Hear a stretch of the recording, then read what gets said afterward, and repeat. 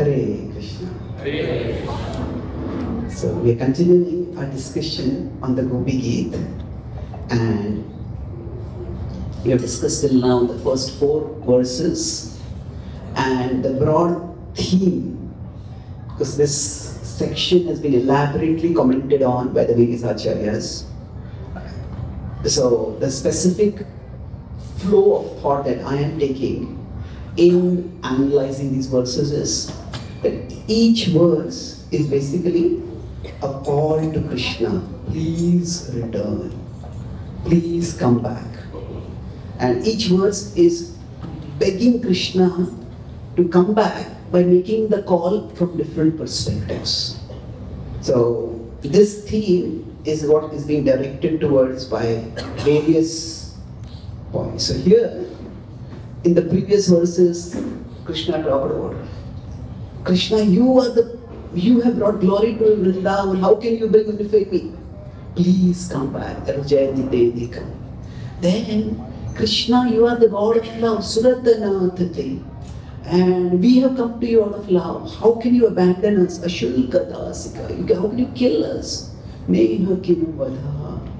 they say, Krishna, you cannot kill us because you are our protector. So, Vishwato Bhaya, you have protected us so many times. Rakshita, why are you not protecting us now, Lord? And then they say, you have actually come to protect the whole universe. Vishwaguptaye. Therefore, we are also part of this universe. Please, please protect us. And now, they move onward. That here they are trying to figure out why is it that Krishna has abandoned them. And specifically, they are actually, most of this verse is more in the Aishwarya. The previous verse is Satvatam Gule, that you appeared in Satvaka dynasty. So same thing is Vrishni Bhuryate. So you are, it's visible. So you are, as a Kshatriya, you are a protector. You have appeared in the Vrishni dynasty. And Veer Achita Bhayam. If we are being chased by some thieves and we are running in fear of our life, and then we see some powerful police person, say, please say, when we come under the shelter of the police person, we feel Veer Achita, we feel protected. So Krishna, you are the Kshatriya. Kshatriyas are often, sometimes the translation is as warriors. Well, that is true to that. Kshatriyas are primarily guardians or protectors. As a part of protecting and guarding, sometimes they may have to fight. But they are primarily protectors. Shadda Trayate, those who protect from hurt. So, but you are such a person. When you have descended to this world, when the Lord comes to this world, the world is limited. And His form may seem limited like anybody else's form.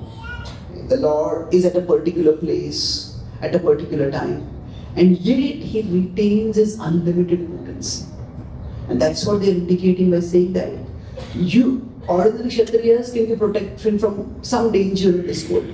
Maybe many dangers. But you, O Lord, the entire fear of material existence itself, that you can protect us from it. You, O Lord, are the supreme protector. And Charanam Iyusham, those who come and take shelter of your feet, those who worship you, the Lord protects them. Charanam Iyusham. And then they're saying, so we are taking shelter of you, Lord. So normally the reciprocation is, say, if we meet somebody elderly, somebody venerable, respectable, worshipable, we bow down to them. And then we may rise, they may do Ashirvad, may bless us. So they're saying, Krishna, in that mood, we are taking shelter of you, that please bless us. Shirasiddhe. So, Shirasiddhe, please put your hand on our head. So, Karasaroruham, your hand is as beautiful as a lotus. Kanta Kamatam, oh lover. So, for the gopis, even when they are focusing on the Aishwarya of Krishna, the Madhurya awareness is never lost. It is always there, somewhere in the background. So Kanta Kamadam, please fulfill our desire. So Kamadam, we'll discuss that word as we move forward. That please grant our desire. Shirasiddhena Shri Karagraham. Your hand is not just like a lotus, it is also bearing the insignia, the mark of the goddess of fortune. So let that hand make us fortunate. So here they are approaching the Lord as a blesser.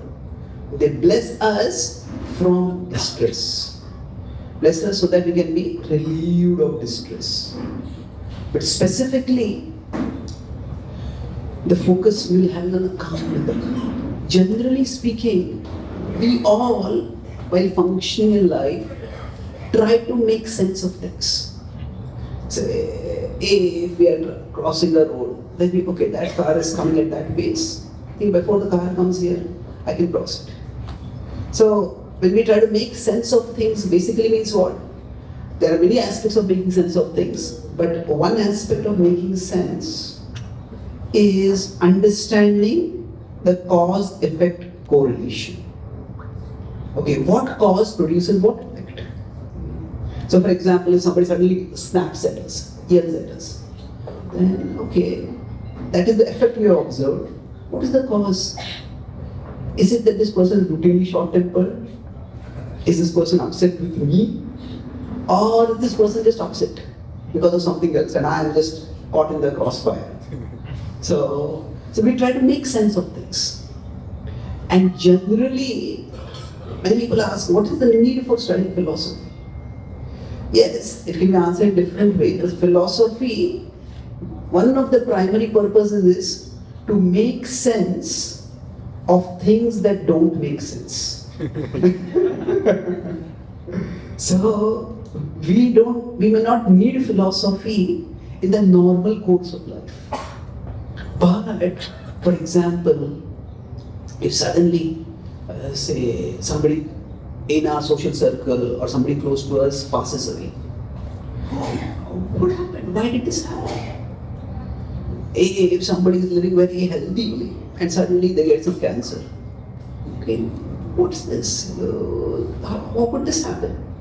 So basically, when we see an effect and we can't figure out the cause for it, that's when we start trying to look for some bigger picture. And that bigger picture is what philosophy tries to provide us.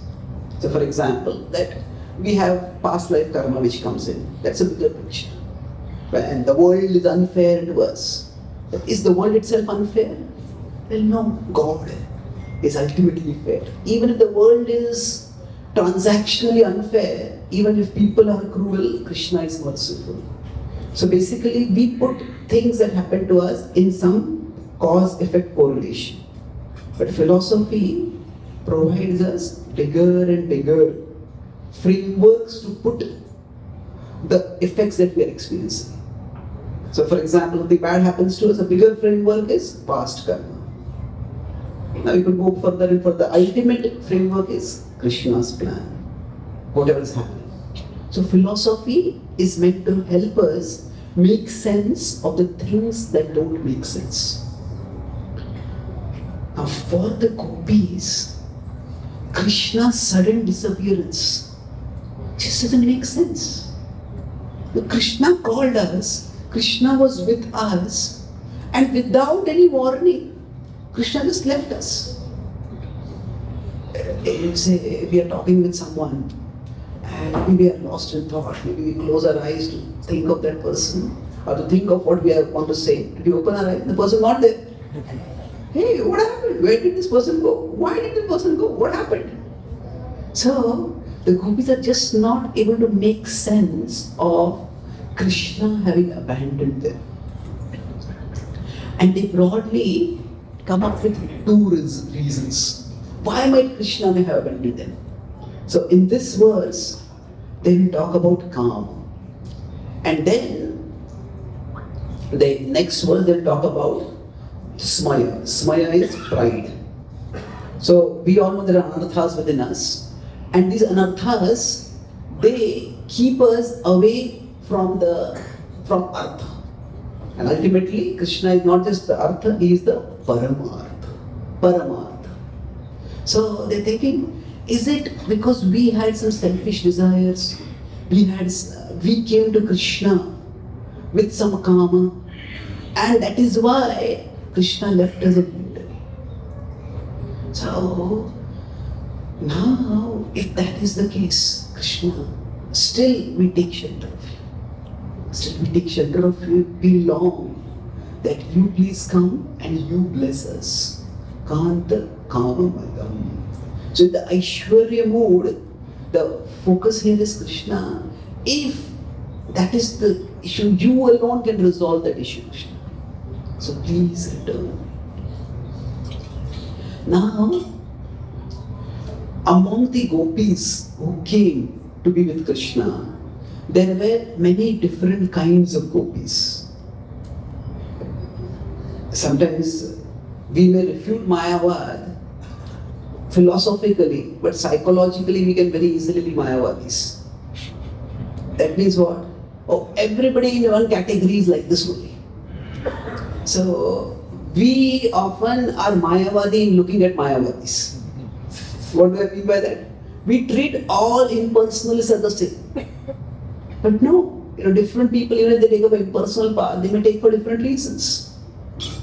Somebody might be, very few people who actually may join a Mayavadi organization are attracted by the philosophy.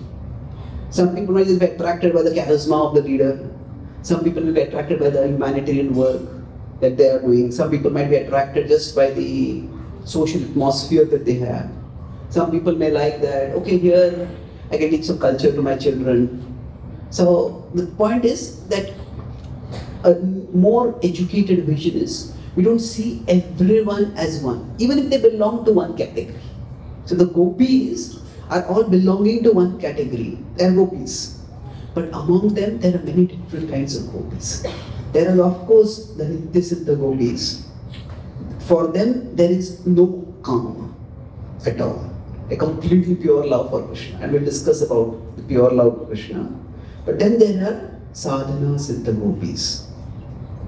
We'll talk about their situation a little later.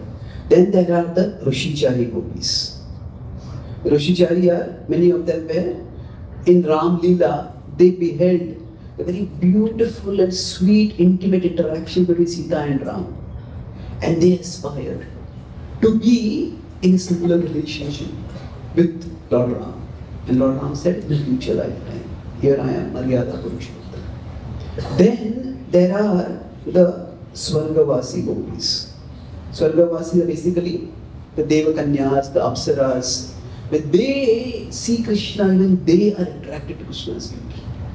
And they also long to be with Krishna. Now, Swarga is a place of worldly desires. So they have kama, and often their attraction to Krishna is based on kama. Oh, Krishna is so attractive, I want to be with Krishna. So yes, some of them may have kama. Like that, there are many other categories. But the point is that yes, some of them may have kama. The gopis here are taking a point of humility and saying, Krishna, is it because of kama that you have gone away from us? Then what can we do? So actually, while lust and love, we often try to differentiate them. Now there are many different ways to understand the difference between them. But one simple way to understand is that lust is selfish, love is selfless. And what this means is that when there is lust, I need you, so I care for you. You are doing something for me. I need you, so I care for you. So love is, I care for you, so I need you.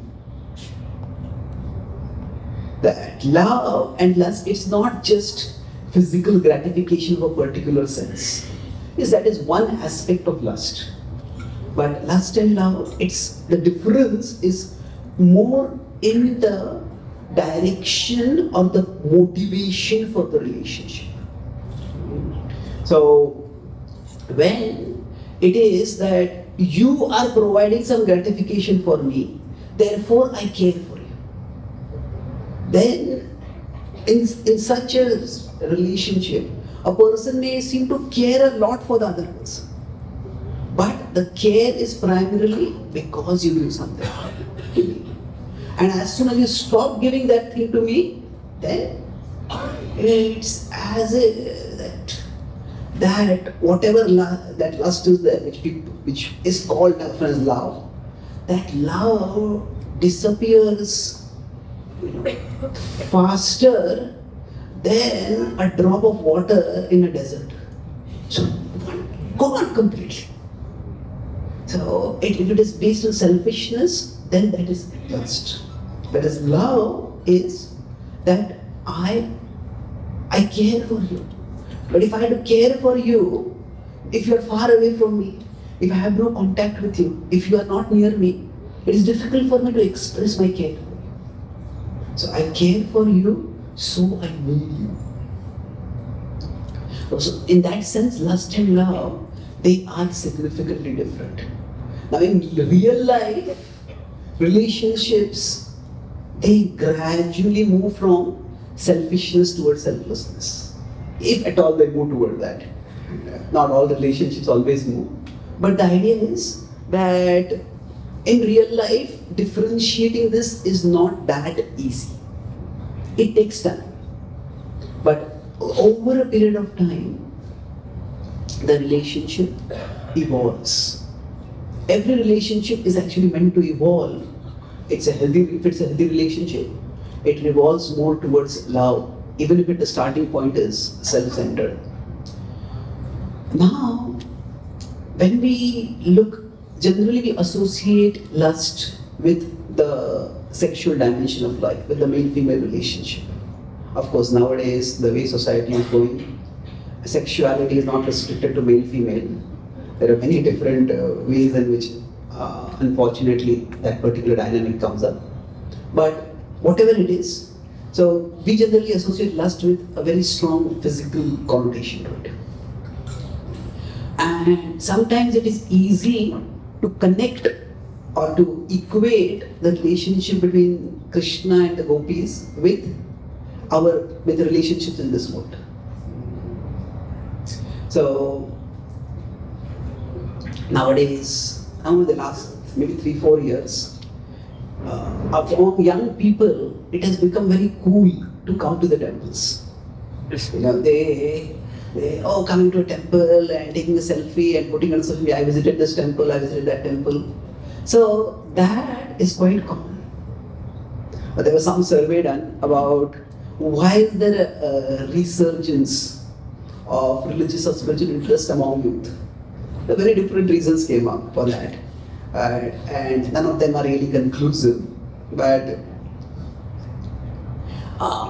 it seems that among young people, it is not just temples, there is a general religious resurgence. So people are going to churches also, people are going to mosques also, even people are going to gurudwaras, people are going to temples also. So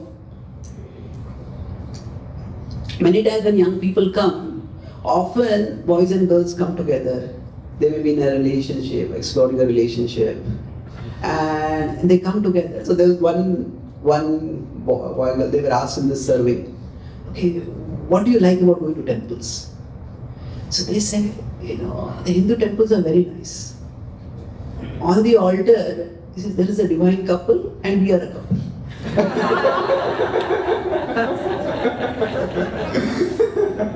So there is that equalization that is there.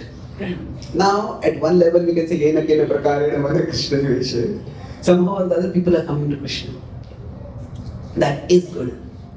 But the challenge is that if the spiritual is equated with the material, then we lose the opportunity to rise toward the spiritual.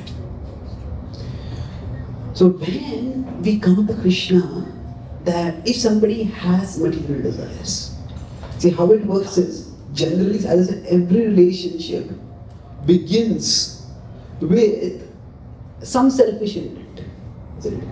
If we talk with someone, we want something from them.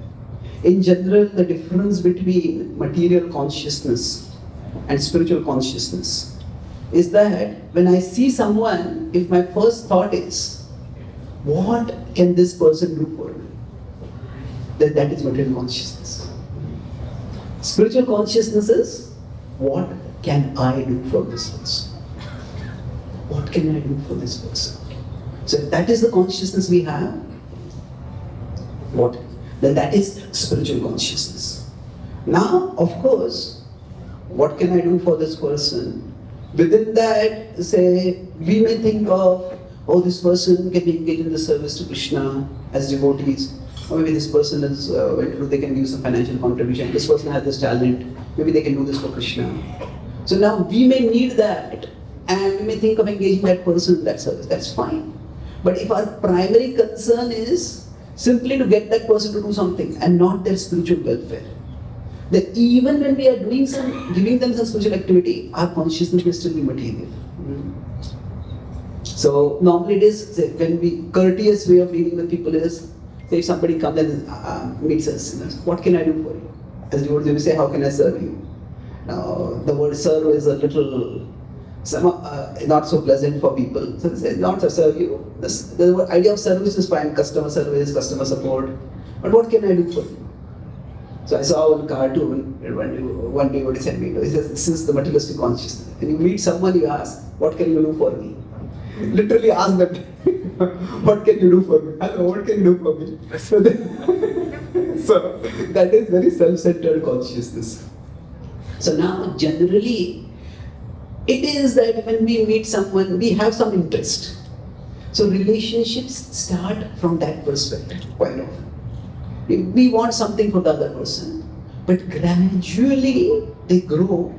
Okay, rather than I wanting something from that person, I would like to do something for that person, or together we can do something bigger.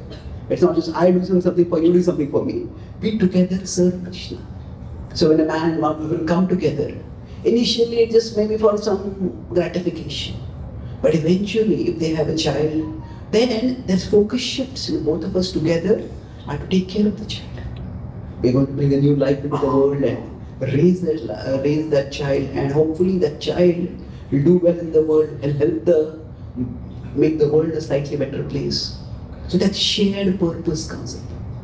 So similarly, in Bhakti, when we come together, our purpose is to serve Krishna. So most people, when they start off, they will have some karma, which is natural. And that karma will gradually go away as we move forward in Bhakti. So specifically about karma and or physical lust, I'll talk about that a little later. But I was making the point that the gopis are saying, even if we have karma, please, Krishna, you come, you bless us. And then gradually, so you purify us of this lust. So the idea over here is that just because there is karma, that should not stop us from coming to Krishna. And they're saying, Krishna, just because we have karma, please don't abandon us. Please, please, Krishna, come to us and purify us of that karma. So if you see in the Srimad Bhagavatam itself, then now karma is itself, we could say it is Rajasic. But it also depends on the overall consciousness of the person, the overall way the person is living. And there are examples in the Bhagavatam of karma in Sattva, karma in Rajas, karma in Tamas. So karma is not just lust. So we have the example of Karda Muni. Karda Muni performed great tapasya. And when the Lord appeared in front of him, he said, my dear Lord, I want a life partner. This is my desire. And we say, if he could perform so much tapasya that he could actually see the Lord, and the Lord was moved by his tapasya. It is said the Lord shed tears on seeing how much austerity he had performed. So that's how the Bindu Madhav Sarovar has come up. So then, why would he still have that desire? Well, desires have their own way of coming and going. Sometimes we can't have simply a one-to-one correlation. Just because bhakti has increased, yes, generally as devotion increases, the mundane desires will decrease. But a specific desire may or may not decrease. So, but if that person is practicing bhakti, that desire will be fulfilled within that ambit, within that framework. So in Rajas, we have the example of Dhruva Maharaj. So Dhruva, he came with a desire for kingdom. And he came to the Lord.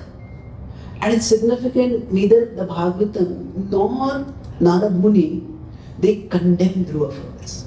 In fact, when Dhruva is not able to tolerate dishonor, Narad Muni appreciates that and says, Aho Kshatriya Tejasam Man Bhangam Amrushatam. How great is the splendor of the Kshatriyas that they cannot tolerate dishonor.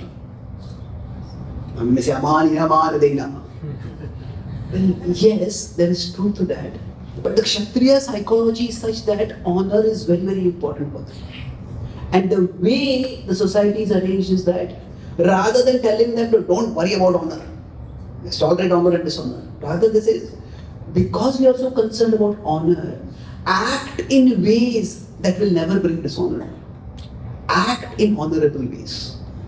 So Dhruva has this craving for a kingdom, and the Lord does not reject him.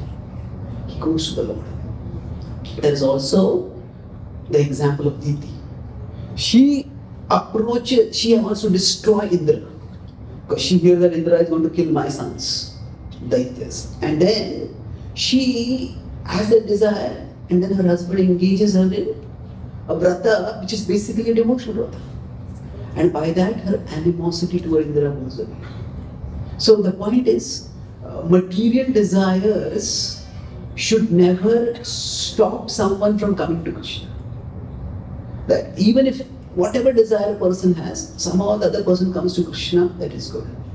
And how long it may take for that desire to go away, that also we can't control that. We can't mandate that. You are practicing bhakti, therefore this desire should have gone away. Why do you have to have this desire? Everybody is an individual and everybody's mind is different. Everybody has a particular history. So, anyway, even if somebody has karma, Krishna, see, when we say, sometimes we say, when karma, there are two trajectories. If it is fulfilled, if it is frustrated. So what happens when it is fulfilled? It becomes lower. When it is frustrated, it becomes krodha. It becomes anger. But when this is true, it is not always like this. So we give the example sometimes of a scratching an itch. So if somebody has this in their skin, they have some kind of rash, and we scratch it. So what happens when we scratch it? It worsens. Now that is true, but when does it happen? When does the scratch lead to the itch increasing? It is when already there is a rash, when already there is a disease. Say, sometimes we might just get an urge to scratch ourselves. Say, if I'm speaking and suddenly I feel like scratching my nose. Now, if in a public setting I do that, it's a little embarrassing. It is not very polite to do that. But just because I scratch my nose once, it's not for the rest of my life I'll become a nose scratcher. Isn't it? So, it is not that every desire, when it is indulged into, it becomes a compulsive or addictive desire. Not all karma necessarily when fulfilled leads to growth.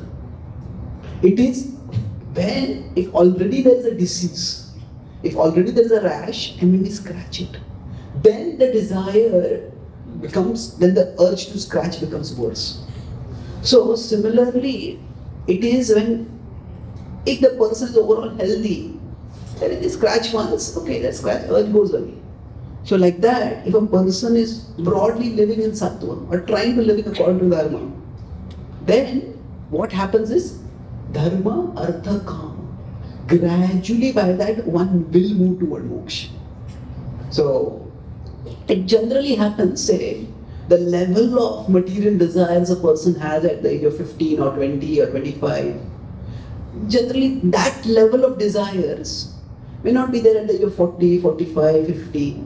Will not go away completely, and especially in today's culture, there's a whole industry to keep fueling material desires, even in people as they grow older.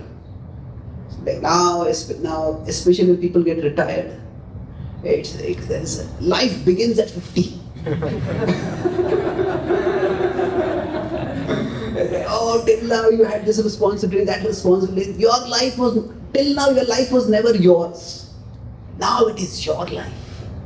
So in America, one of my friends, he turned 50, and he said, so from nowhere, he started getting ads on his phone, in his email. He said, now is the time to enjoy life. Now, if you have digestive problems, you have this remedy. If you have heart problems, you have this remedy. If you have eyesight problems, you have this remedy. If you have this, you have that remedy. So he says, all problems, there's a remedy. Now just enjoy life. So he said, what actually you need is a Maya remedy. But so generally, however, if a person is living dharmically, living regulatedly, living with a responsibility, gradually desires do go down.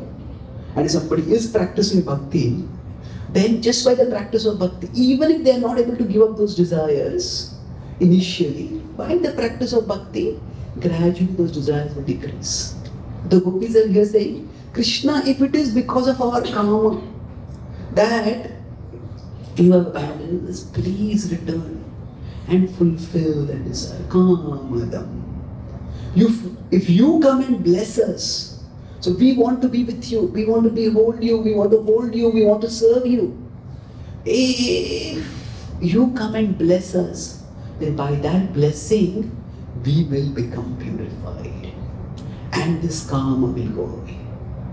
So in this way, actually, the gopis are beseeching Krishna, even if we are unqualified, please don't abandon us, Krishna. Please don't abandon us. Please come and deliver us. So in bhakti, we all are unqualified. There are various ways in which we are unqualified. But by Krishna's mercy, we are never disqualified. So unqualified means we don't have the necessary qualification. But disqualified means we are not allowed to practice at all. So that never happens. No matter what conditions we may have, we are the door of bhakti is always open for us. Let's listen to it.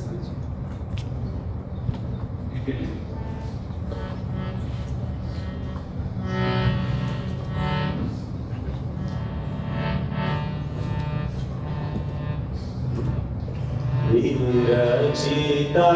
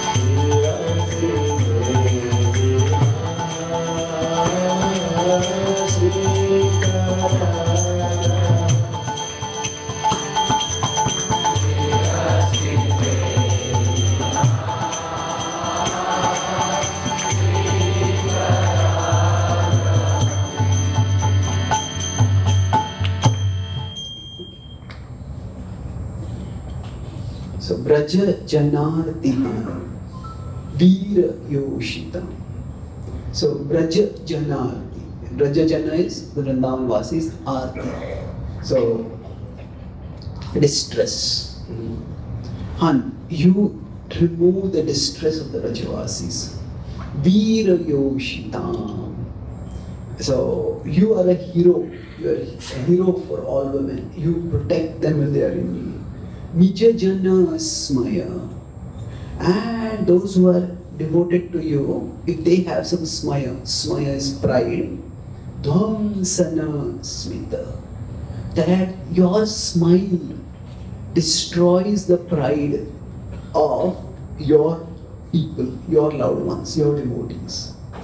Bhaja Sakhe Bhavat. So the second line we will elaborate and we discuss. But Bhaja Sakhe Bhavat. So Bhaja is again a mood of respectful, worshipful. Sakhe, oh friend. So Bhaja Sakhe is almost an antithesis. So it's Bhaja Sakhe Bhavat Kinkarai Smano. So Bhavat in Sanskrit, and when we have the second person reference, In English, we only have you. But in Sanskrit, we have tum or and like in Hindi, we have tum or aap. Like that, twam and bhavan. So here, bhavat is also indicating that Aishwarya bhav, respectful. So, bhavan is aap. Like that. Bhavat kinkarai smanu. So we are your kinkarai. Kinkarai is basically servants. Kinkaroti kinkara. What should I do? How can I serve you? Kinkarai smanu. We are your servants. So what can you do? Jalarananam charudarshaya. So darshaya. Please show us your face. And what is the face like? Jalaruhananam. Anam is face. Jalaruha is like a lotus flower. So char, very sweet face, very sweet form.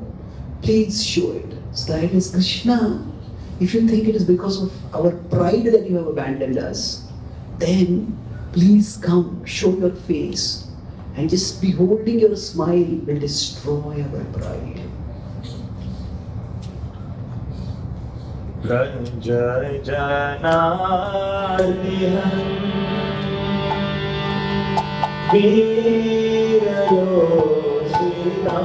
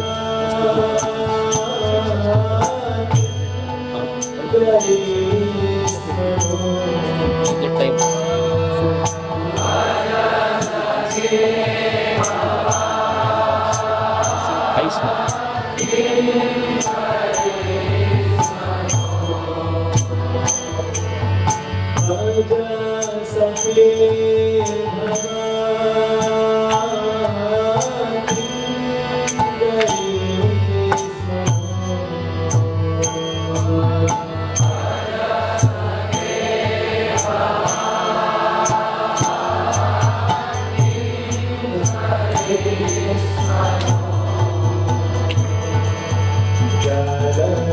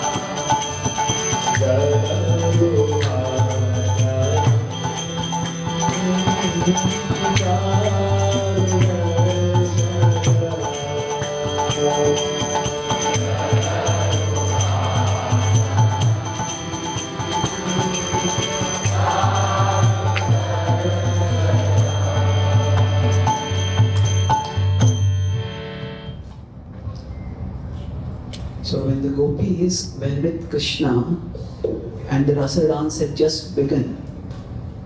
So at one level, the understanding is that the gopis became proud. And they started thinking, oh, we are so special, we are so fortunate that Krishna is with us. And in fact, Krishna expanded himself so that he was with each gopi. And each gopi thought that Krishna is only with me. And that created some pride within them. Now when we talk in Radhashtami, we'll talk about how it was not pride, it was something else. Nananda Chapo Kavi Ganapur gives a beautiful explanation. But that's at this point, the gopis are saying, they're trying to figure out, why did Krishna abandon us? So, was it because of pride? So, if it is because of pride, then they are saying, Krishna, the cure to pride is ultimately you. It is your beauty, your smile. And therefore, please come and bestow us your darshan. Let us see your smile. And then the pride will go away. So let's try to understand how Krishna's smile destroys pride. Before that,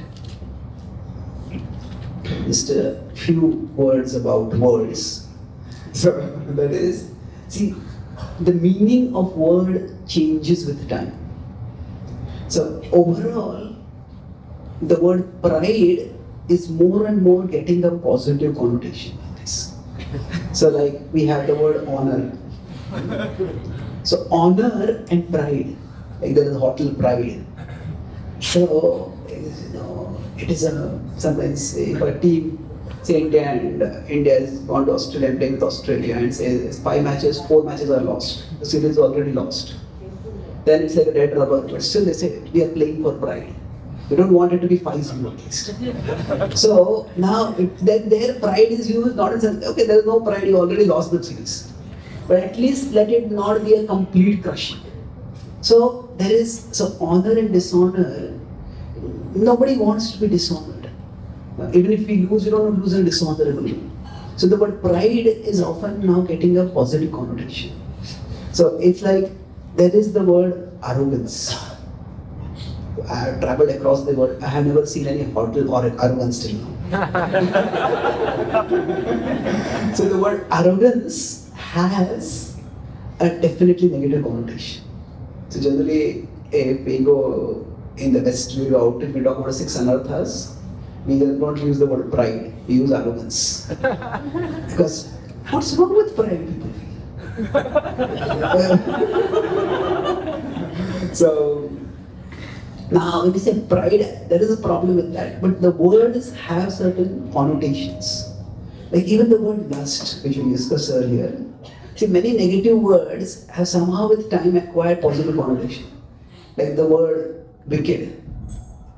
Now the wicked means cruel, like Kamsa was a wicked person.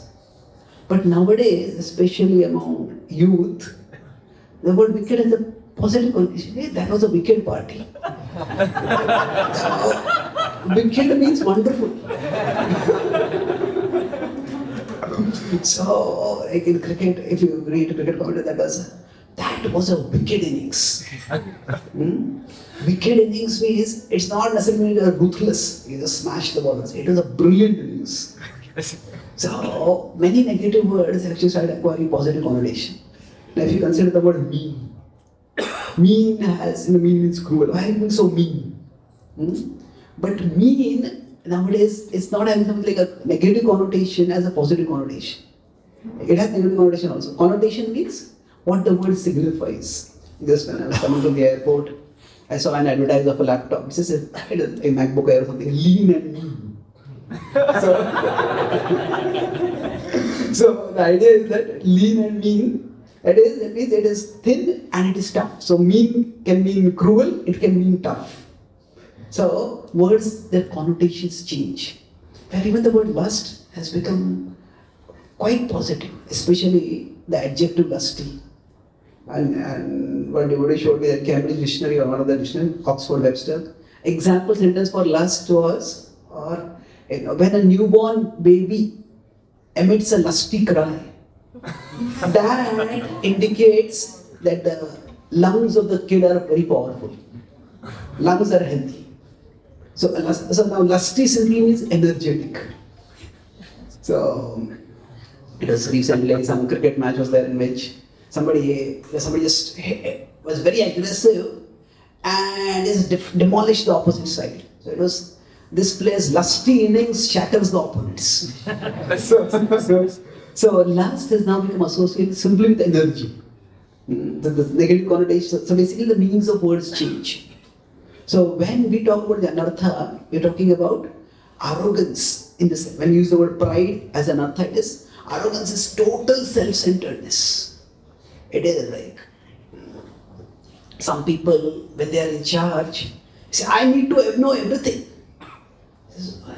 I need to know the things that I don't need to know so that I know that I don't need to know them. So some people have a very strong controlling mentality, for example. So arrogance has that negative connotation. Now, for many people, when we talk about pride, like I said, Kshatriyas have that sense of honor. So when we use the word honor, it is used more in a positive sense. So in one letter, Prabhupada says that, writes to his disciple who had apparently broken some regulative principles. So Prabhupada writes, you had made a vow in front of the deities, in front of the sacred fire. How can you break that vow? Don't you have a sense of honor? So a sense of honor means that is what should inspire us to behave in an honorable way. So basically, some people talk about, if I have too much humility, I will have no self-respect. If I don't have self-respect, people will not respect me. So that consideration is there. And for some people, the amount of respect they get, they are very, very conscious of it. Some people don't really care that much for them. Now we may say it's an anartha. It may be. But the important thing is even that should not become an impediment for someone to practice bhakti. So I was talking about a progression. See, we want to become pure devotees. But it's a long journey. Most of us in this material world are materialists. There are few people who are actually pure materialists. They are pure devotees of matter. So, what is that? Kim manyad kama hetukam. It is not just I want to fulfill my desires. The demoniac thing, the world has no purpose other than the fulfillment of worldly desires. What other purpose can be there? Kim manyad kama hetukam. So, from that level, for people to come to becoming pure devotees, it's a long journey. So if somebody is a materialist and we tell them to become a pure devotee, it's like a huge jump for her. Most people, they will just go down. It's not practical. So, Krishna in 326 says that Na buddhi bhedam janayet ajnanam karma sangena joshayet sarva karmani vidwan yukta samacharane. He says even if we are vidwan, even if we are wise, even if we are enlightened, and we are asaktaha, we are detached, not asaktaha, we are asaktaha. Yuktaha, the word Krishna specifically uses yuktaha, just that even if we are connected with Krishna, even if we are wise, and the people who are speaking to are ajnana karma sangena, they are ignorant and they are attached. Krishna says, don't disturb their minds. Na buddhi bhedam janayet. Instead, joshayet sarma karmani. Gradually help them rise. So that means, instead of expecting them to take a high jump, we need to create a staircase for them. Which gradually they will come down. So the idea is, most people, they need to become devotees before they can become pure devotees. Isn't it? If we focus too much on the purity of the connection with Krishna, then eventually what may happen is there is no connection with Krishna only. So if somebody has some material desires, and they say, okay, you should never pray to Krishna about material desires. Well, that is true. But how do you really define a material desire? If somebody, because the word material, it is, sometimes we have this categorization, this is material and this is spiritual. And we should give up the material and become spiritual. And that is true, but within the material also there are categories. Like say, when we go to America, nowadays there's a new category. It says, are you an Asian? Now, how many of us are Asians? Well, we are Asians, but how many of us think of ourselves as Asians? Asia is such a big category. In Asians, there are Filipinos, there are Japanese, there are Chinese, there are Arabs. So, it's such a large category that is not helpful at all. So the point is, material is such a big category. In material, there is sattva, there is rajas, and there is tamas. So, if somebody is praying to God, I want enough money so that I can bomb a bomb to blow up that person's house. I want money so that I can have a house bigger than my brother's house. I want a house because my current house is leaking and it is broken and my child is suffering from cold and disease, and the doctor has said that if you don't have a good house, the child will die. So now all three are desiring something material. But can we say all the three desires are the same? There's a huge difference. So the word material desire sometimes is not a very helpful categorization. So we want to go from selfish to selfless desires. So the point is, if somebody has the consideration of pride or honor, then rather than telling those people, give up this consideration of honor or pride, we urge them to actually act in honorable ways. Act in ways that will bring about that honor. As one devotee was a good kirtanier, and he was doing kirtan in the temple when Prabhupada was there in that place. And Prabhupada came to have darshan. And as Prabhupada was passing by, Prabhupada patted him on his shoulder and says, nice kirtans. And then this devotee thought that, Prabhupada, maybe this is a opportunity to talk with Prabhupada. But sometimes I feel proud that I am such a good kirtanier. And Prabhupada just looked at him compassionately, patted him again on the back. What's wrong with that? And walked away. He said, what's wrong with that? Pride is a demoniac quality. And the point Prabhupada was making, the point implied over there, it's how that devotee understood. Pankajangre Prabhupada would tell this pastime that he said that Prabhupada, the idea is that if somebody has pride inside them, that pride cannot just go away by clapping your hands. Yes, it takes time. It is not like you can blow some magic wand and take the pride away. So then, if we seek respect, it is better that we seek respect among devotees rather than non-devotees. Isn't it? If we have to seek respect among non-devotees, then we'll have to do more and more materialistic things. If we have to seek respect among devotees, we'll do more devotional things. Maybe if we come in bhakti, we want respect in bhakti, maybe we fast. And suppose somebody fasts on Ekadashi, oh, you're still fasting, wonderful. If somebody belongs to the tamasic circle, and they seek respect over there, okay, who can drink more bottles of alcohol? That is the matter of pride. So, if we seek respect, we can seek it by doing respectable activities.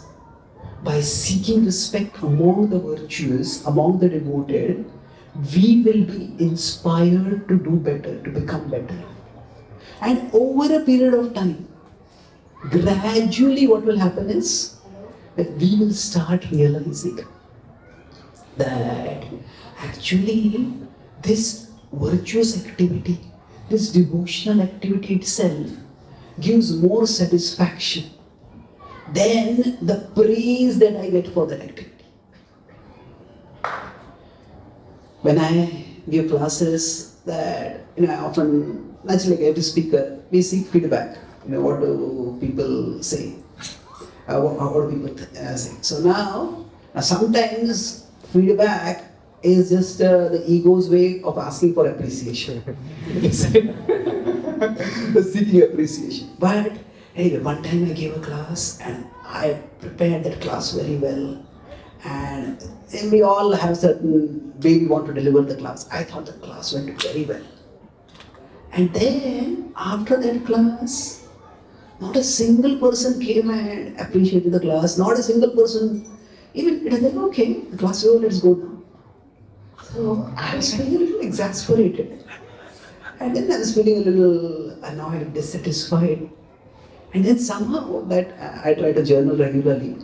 That night when I was journaling, it struck me that actually when I was speaking that class, when I was delivering that class, I was so absorbed. I was immersed in Krishna. And it struck me that even if some people had come and appreciated the class, that the appreciation is for a few moments, but the absorption that was there, that is so much more. So, Tvad-virya gayan mahamrita magna chitta. Prahlad Maharaj says that when I glorify you, just the glorification is such nectar.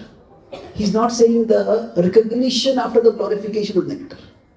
If it comes, that also need not be a sign of ego. Appreciation is different from, say, seeking glorification. Appreciation is just a human connection where the heart needs to, every heart, we live in such a big world, complex world, that it is very easy to feel, does my existence even matter? I'm so small, and do my endeavors matter? Is my life also of any value?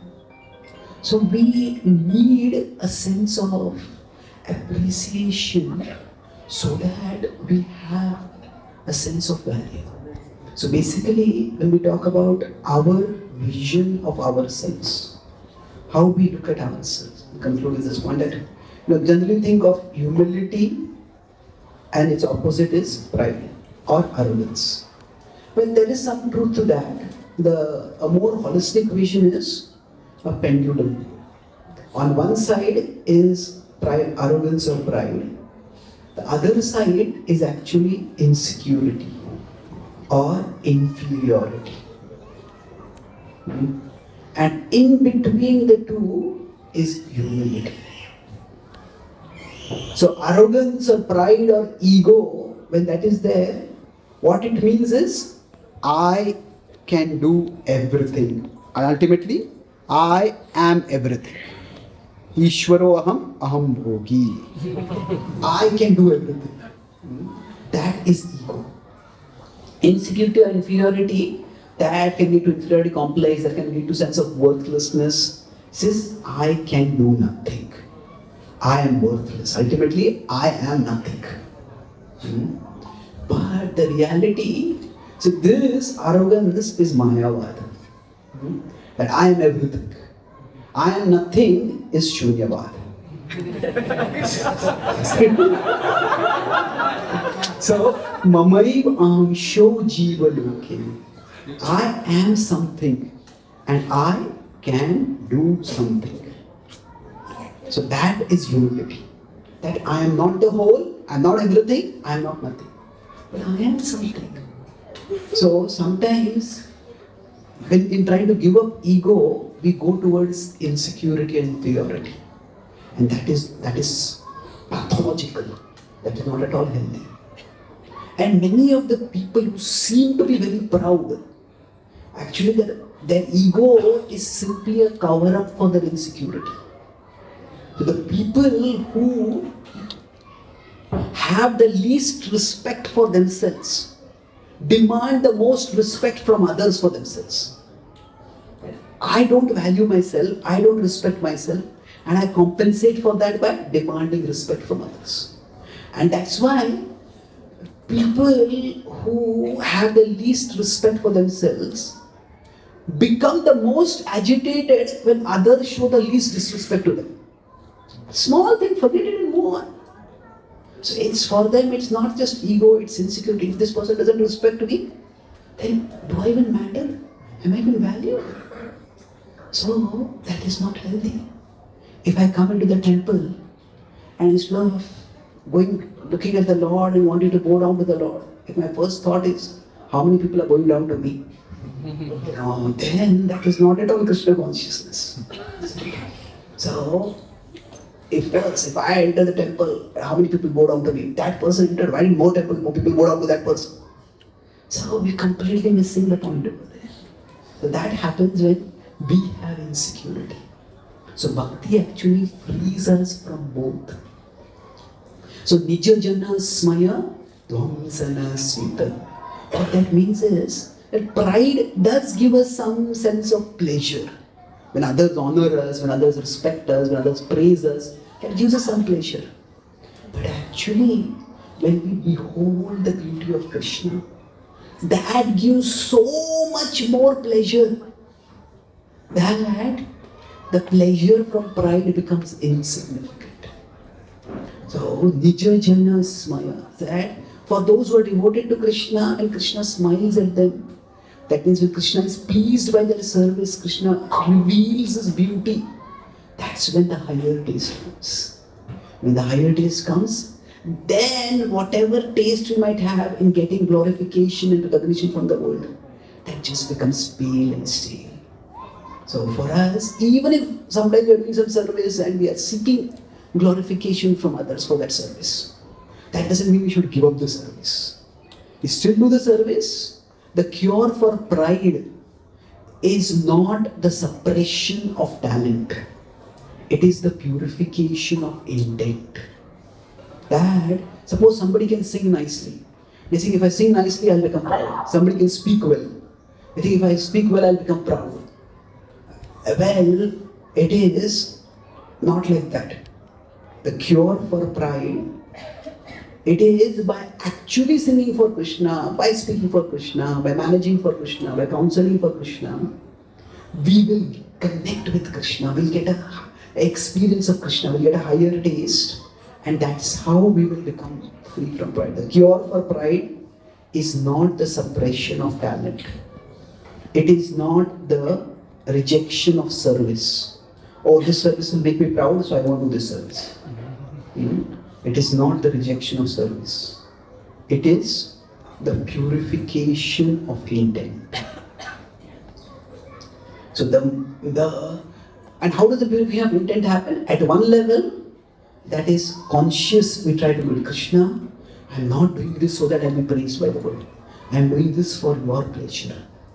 But at the same time, it also happens at a automatic or this is conscious effort, and there is also mercy.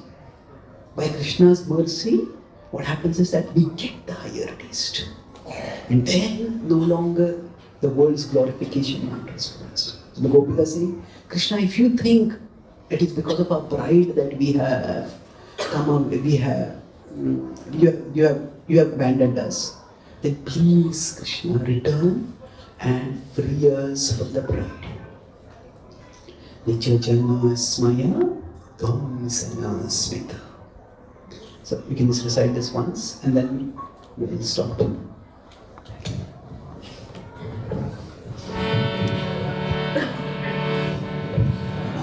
Braja janardinam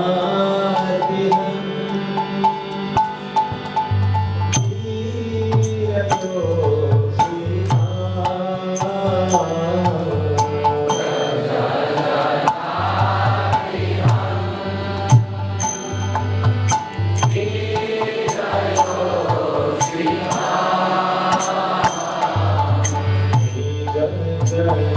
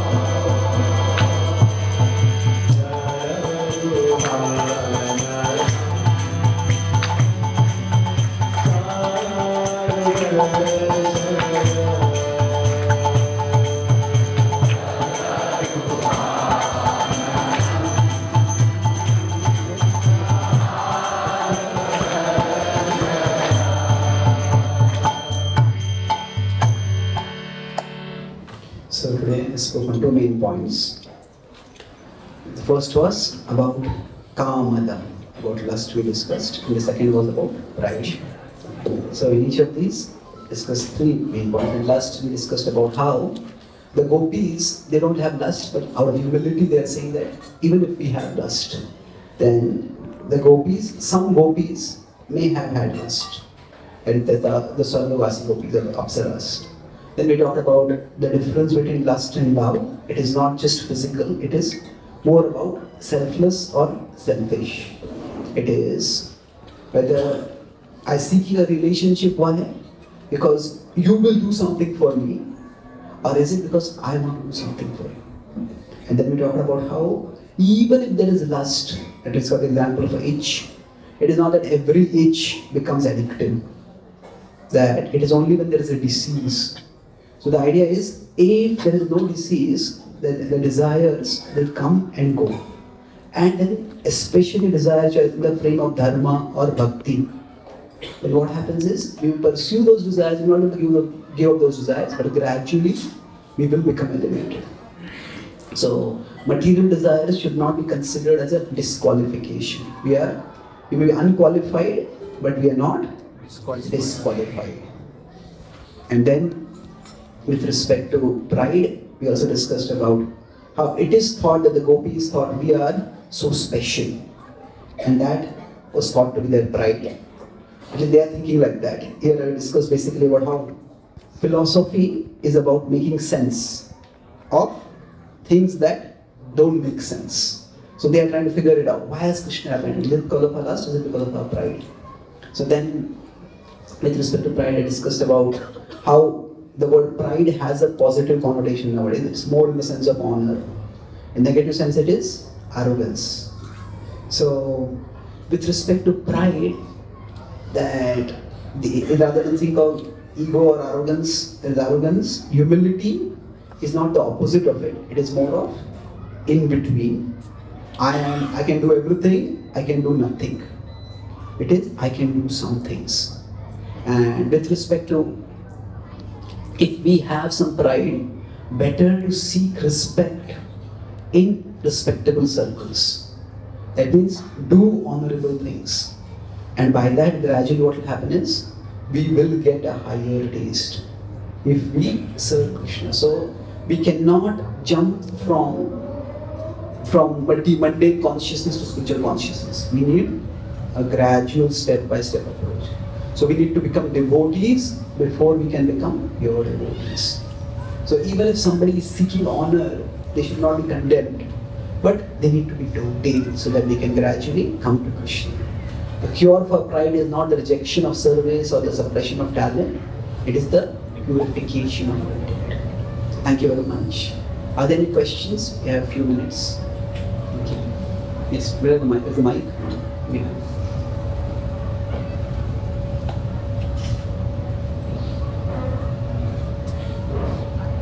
Hare Krishna. Thank you Guru for the wonderful class.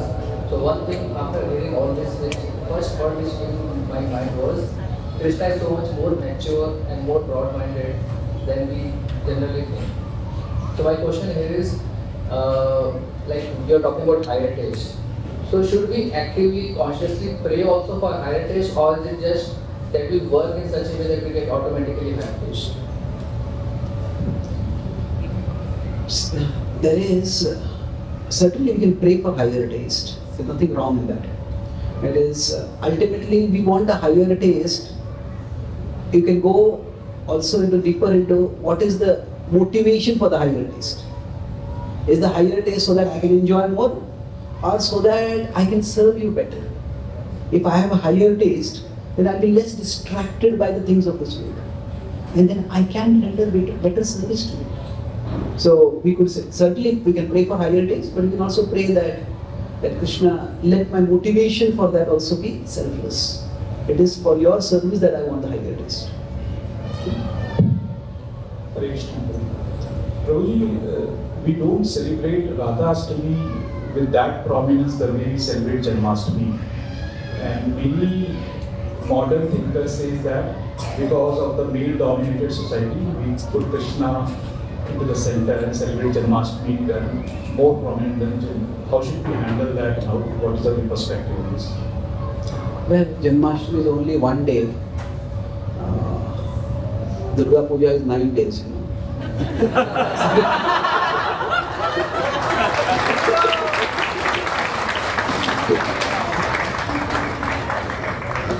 Like Durga Puja was longer than Diwali also. So,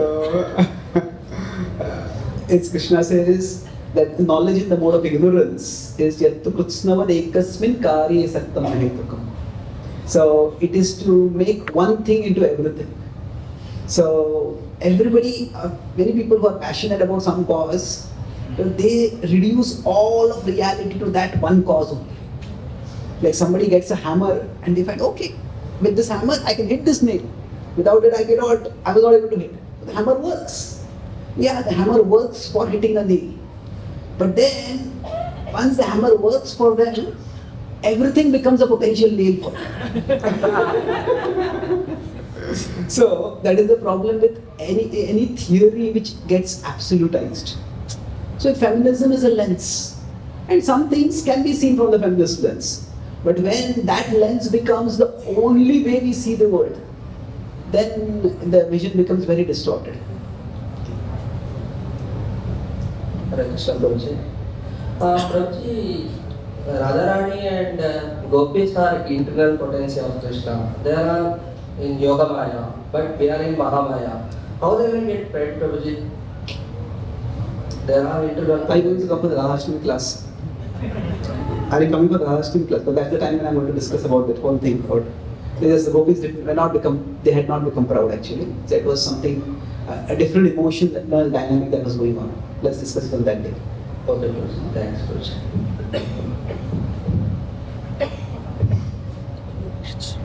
Any of the Mataji have questions? Okay.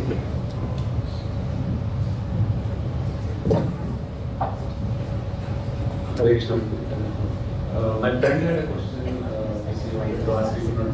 So you were saying that the new generation are when the phone is inseparable for them, and in his office phone has been banned. So we wanted to ask, not for confidentiality. So we wanted to ask, does that really help? Does banning phone help? Well, generally speaking, some amount of boundaries, some amount of regulation is required. Now, the exact degree, so Krishna talks about boundaries several times in the Bhagavad Gita. The idea of yada samharite chayam, you withdraw your senses, 258. Like a tortoise withdraws its limbs, that is there. Or for that matter, tasmatam indriyani nata niyamya varadakshava. It talks about 341. Or abhyasa and vairagya. Vairagya has two means to control the mind. Vairagya can mean boundaries. So boundaries are required everywhere. Say, in any activity, say male-female interactions. Now, if you consider, traditionally, the boundaries were more geographical. Males worked in particular areas, females worked in particular areas. Their roles in society were different. So now geographical boundaries might not be there. But now there is another boundary. that is consent. That is considered inviolable boundary. And if that is violated, it's considered a severe crime. So there always have to be boundaries. Now, the thing is, what exact boundary that will work for particular times? So now, traditionally, if you consider with respect to lust, now there could be tradition or social convention that could be a boundary. There could be consent as a boundary. Actually speaking, the greatest boundary should be the best, most sustainable boundary is purification, is love for Krishna, wanting to respect him and serve him. But the principle is boundaries are required. Now, there is, within Mahabharata, there is an elaborate discussion on this topic, that there are many things which may be immoral. But should everything immoral be made illegal? They are two different things. Immorality is a boundary. Illegality is a boundary. Say speaking lies is a bad thing. But should speaking lies be made a penalizable crime? But if in a legal document it is there, if in a court while giving evidence it is there, it's true. Speaking lies is a bad thing. But imagine the police had to catch and punish everybody who spoke a lie. How many police we would need? And we would need police to police those who are speaking a lie. Isn't it? So everything immoral cannot be made illegal. For example, prohibition, where alcohol was banned. Now it doesn't work really very well, because people just go and seek alcohol through underground means. So now does that mean that there should not be any banning of any things? Not necessarily.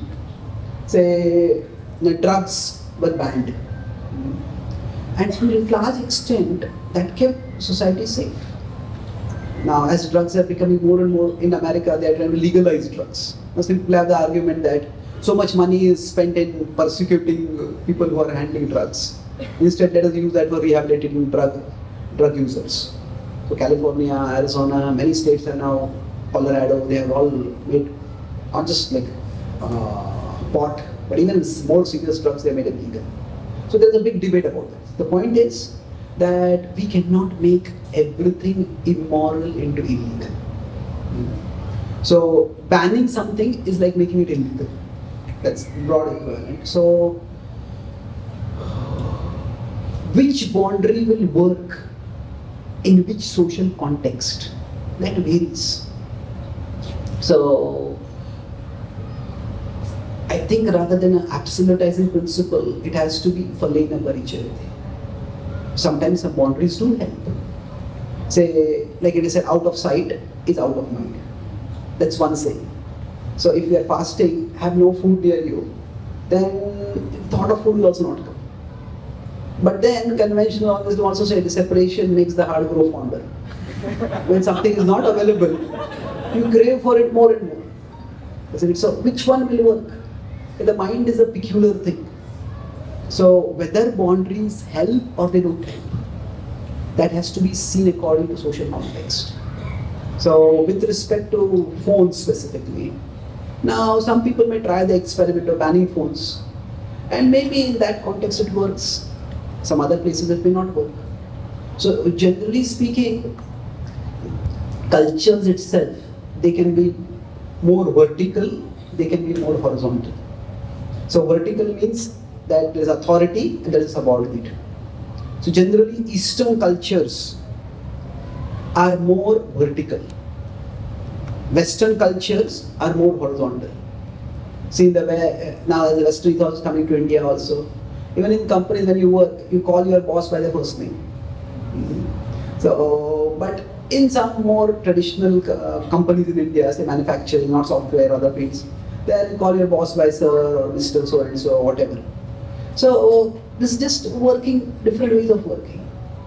So generally something like banning, it will not work in cultures where it's become more and more horizontal. It just absolutely won't work. Maybe in culture where it's more traditional, where authority is respected. not just respected, authority is implicitly respected, then banning can work.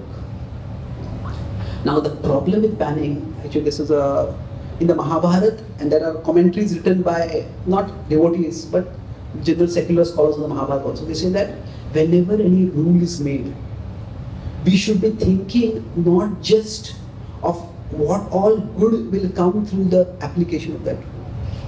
We also need to be thinking of what all bad can come through the misapplication of this rule. So, for example, banning phones. That can be done to protect people from distraction. But if tomorrow there is a dictator who comes to power, that dictator can use the banning of phones to keep people in ignorance, to keep people fed with their own narrative, isn't it? So many times when bans are made, they may be made with good intent, but the potential for misuse is there. And the potential for misuse may actually outweigh the positive benefit that may come from it. So ultimately, the people have to be trained in self-restraint. That is the key thing. There's a prominent psychologist, Carl Jung. He said the problem with technology is that technological growth infatuates us so much that it blinds us to the need for moral growth. What he means is that, see, the more power we get externally, the more power we need internally, so that we can use that external power better. Otherwise, that external power will be abused. But so the solution is to take away the external power from people. Phones are power in one sense. You can contact anyone, you can get any information. Now, you know, that power is being misused. But is taking away the power the solution? Maybe in a transitional phase, till the person develops inner power, that may be helpful. So for example, banning phones for children, for teenagers up to a particular age, that is fair enough. So even in the most liberal societies in the West, they acknowledge that, for example, certain things children should not be exposed to. Say for example, drinking alcohol may be legal, but children taking alcohol is illegal. So advertising is legal, but advertising targeted towards small children, that is illegal. So sexuality is very common. I mean, sexual propaganda is very common, but sexual propaganda directed towards preteens, for example, for children, the premature sexualization of children is considered bad, even in the West. So the idea is that if outer boundaries, if the rigid enforcement of outer boundaries helps a person to develop inner restraint, that is good. But if the outer boundaries, they are imposed in three situations.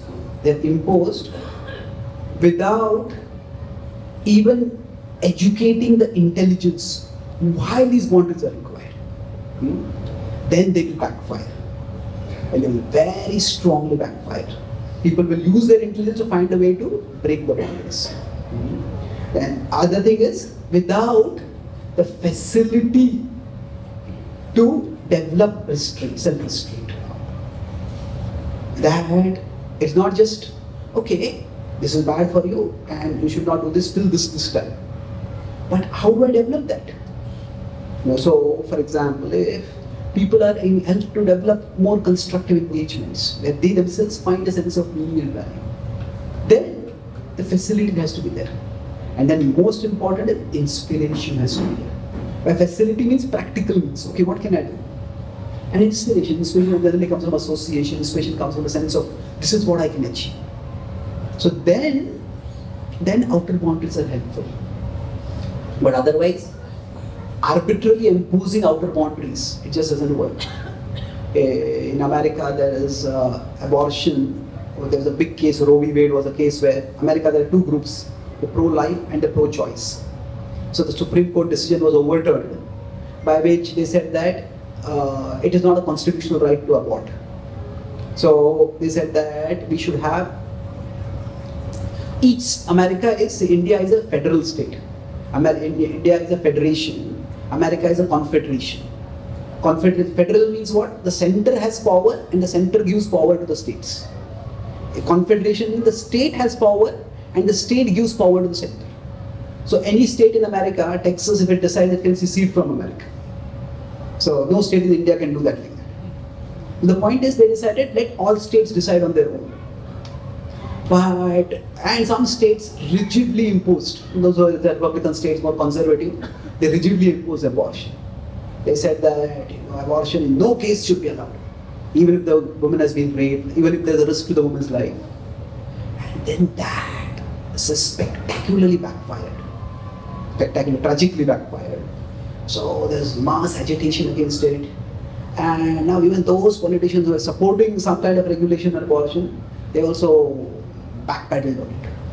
So generally, top-down imposition of regulation just doesn't work. The way it is portrayed is that if you are opposing abortion, then you are against women. The logic is that when a woman becomes pregnant, she has to bear all the trouble of pregnancy. And often the man just goes away. So their vision is that if you are opposing that, now at an ethical level, a serious case can be made that a child, it's a person, how can you kill a person? That is true. But we can't, ethics don't operate in vacuum. There's sociological consideration. If a woman absolutely has no support system by which a child can be taken care of, even if there is no stigma for a woman to have a child, she's not married or whatever, but still, what happens eventually? The worst thing that can happen for a child is the child grows up feeling unwanted throughout the life. I didn't want this child, but I had to have this child. It's a terrible state to live for the child psychology. So anyway, I'm not supporting anything about licensing of abortion, but I'm giving that as an example that imposing boundaries doesn't work unless there is some bottom-up rising of consciousness. So with respect to phones, certainly some regulation is required, but the top-down imposition of regulation will not work. There has to be a bottom-up awareness, recognition of the need for the regulation.